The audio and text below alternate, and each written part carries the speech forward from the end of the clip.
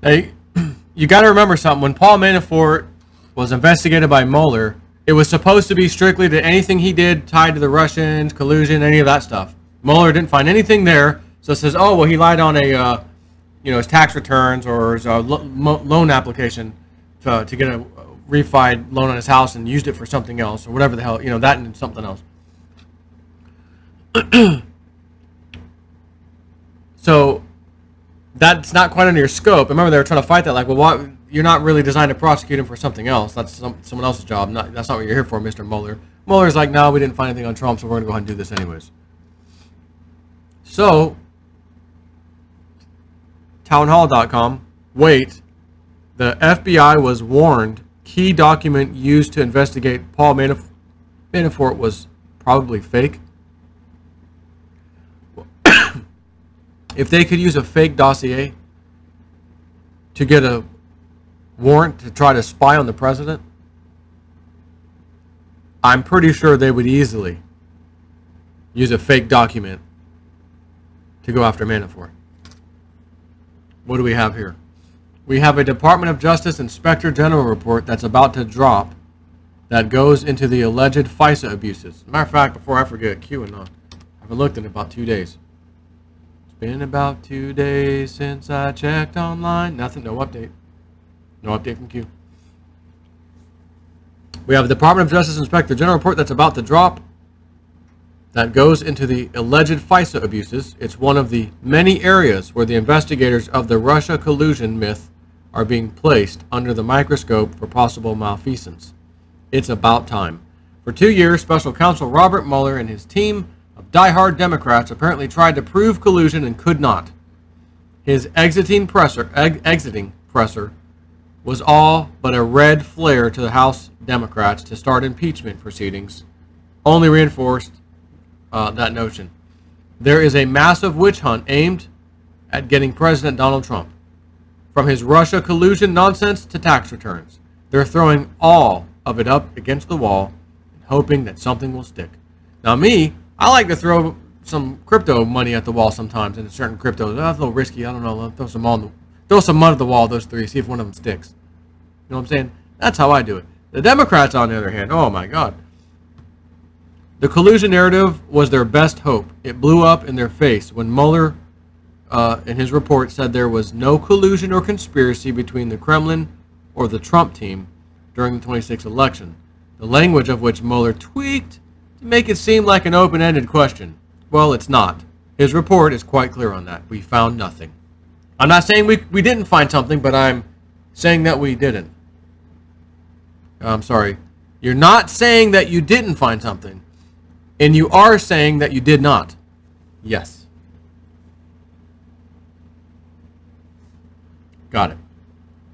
We've run into occasions where there has been deception by omission.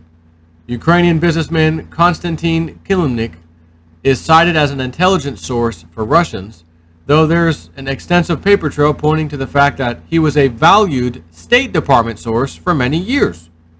Delivered a peace plan for the Crimean conflict to the Obama administration and was allowed to travel to the U.S. twice to meet with state officials in 2016. A sign that our government didn't see him as an evil agent. The Hill's John Solomon wrote about this and has been doing solid work exposing this whole investigation as a crock of you-know-what. He also reported that the State Department knew the Trump dossier compiled by Christopher Steele, which was an effort funded by the Clinton campaign and the Democrats, was a biased political document days before it was cited as credible evidence in obtaining a FISA spy warrant against former Trump campaign advisor Carter Page. Oh, and that Crimea peace plan being delivered to the Obama team was omitted from the Mueller report, though it's cited as a possible sign of collusion between the Trump campaign and Russia. Kilimnik worked for Paul Manafort, so that was the reason for this chapter of the report. Besides the Mueller report all but rendering the Trump dossier an even more worthless piece of paper, it also seems to omit that Carter Page was a State Department, CIA, and FBI source for years before this false narrative of him possibly being a traitor was peddled by the Democrat media complex. We also have a key Mueller witness being slapped with child porn charges recently, though he's had a history of it in the 80s. Were child porn peddlers past run-ins with the law ignored in order to get Trump? Actually, they were. They said in 2018, by January, I think, 2018, Mueller already figured out this guy they're talking about with the porn charges. I did a video on it. They already knew he did it. Found it on some of the laptop and electronics he had. Let him go for a year and a half, and then they just arrested him a year and a half later. So he's free to go destroy some other children's and families' lives. You knew about it, but you let him go. Paul Manafort, on the other hand, he lied on his mortgage application. Holy shit. Oh, he should get a death sentence. So, what's the latest development?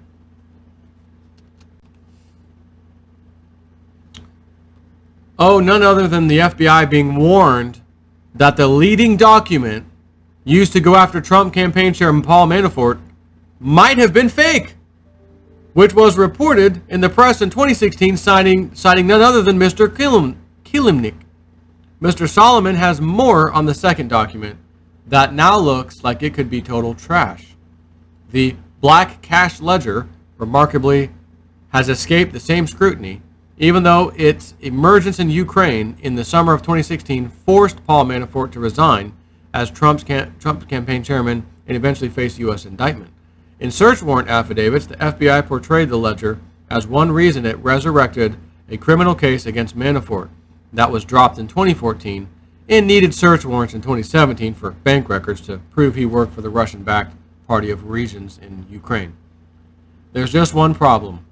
The FBI's public reliance on the ledger came months after the feds were warned repeatedly that the document could not be trusted and likely was a fake, according to documents and more than a dozen interviews with knowledgeable sources. For example, Ukraine's top anti-corruption prosecutor, Nazar Kolodinsky, told me he warned the U.S. State Department's law enforcement liaison and multiple FBI agents in late summer 2016 that Ukrainian authorities who recovered the ledger believed it was likely a fraud. Manafort could not have possibly taken large amounts of cash across the three borders.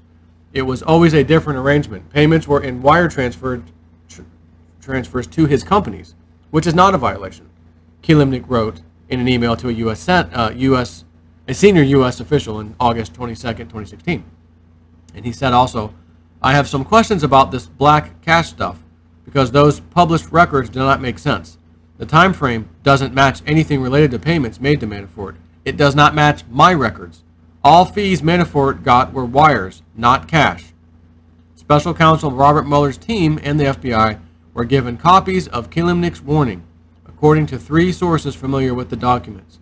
Submitting knowingly false or suspect evidence, whether historical or to support probable cause, in a federal court proceeding violates FBI rules and can be a crime under certain circumstances. Oh, let me guess. Or let me just tell you. Under certain circumstances, I will guarantee you this falls under those. But with Manafort, the FBI and Mueller's office did not cite the actual ledger, which would require agents to discuss their assessment of the evidence, and instead cited media reports about it. The feds insisted on one of those stories as sources. Sources say, oh, go with it. CNN sources say, oh, we got him. True, CNN said so. It sounds to me like a fraud on the court, possibly a willful and deliberate fraud that should have consequences for both the court and the attorney's bar, he added. Oh, so that was the end of that. Oh, and what about the AP story that an agent cited in an affidavit where it said, the April 12, 2017 Associated Press article reported that DMI, Manafort's company, records showed at least two payments were made to DMI that correspond to payments in the Black Ledger. Solomon cited this in his lengthy piece as another troubling instance in the investigation. First, as he wrote, what's missing is that DOJ prosecutor Andrew Weissman, who later served as a key player on Mueller's team proper, met with reporters for this story and helped them craft it. Second, this intentional leak was based on information the FBI already had been warned was false, but then cited it in affidavits to give the Black Ledger legitimacy. Yeah, that's not shady at all, is it? As you can see, as Q said, they're going on the offensive. May, we're going on the offensive. And they are. They have. This is more. This just came out. They arrested the cowardly sheriff of Broward County, the school shooting guy. Remember him? Arrested. Little tit for tat. Oh, you're going to take Manafort to solitary confinement in New York prison? Okay. Watch this. Oh, they arrested someone in one of these very interesting shootings. And now we have this. Oh, the dossier, we found out that was fake. Oh, the intelligence agencies in Italy fired all 6 heads of it. That guy's not working with Trump. Oh, he went to visit the UK. Uh-oh. Uh-oh. Ooh, oh, it's magic. It's gonna be. Take care.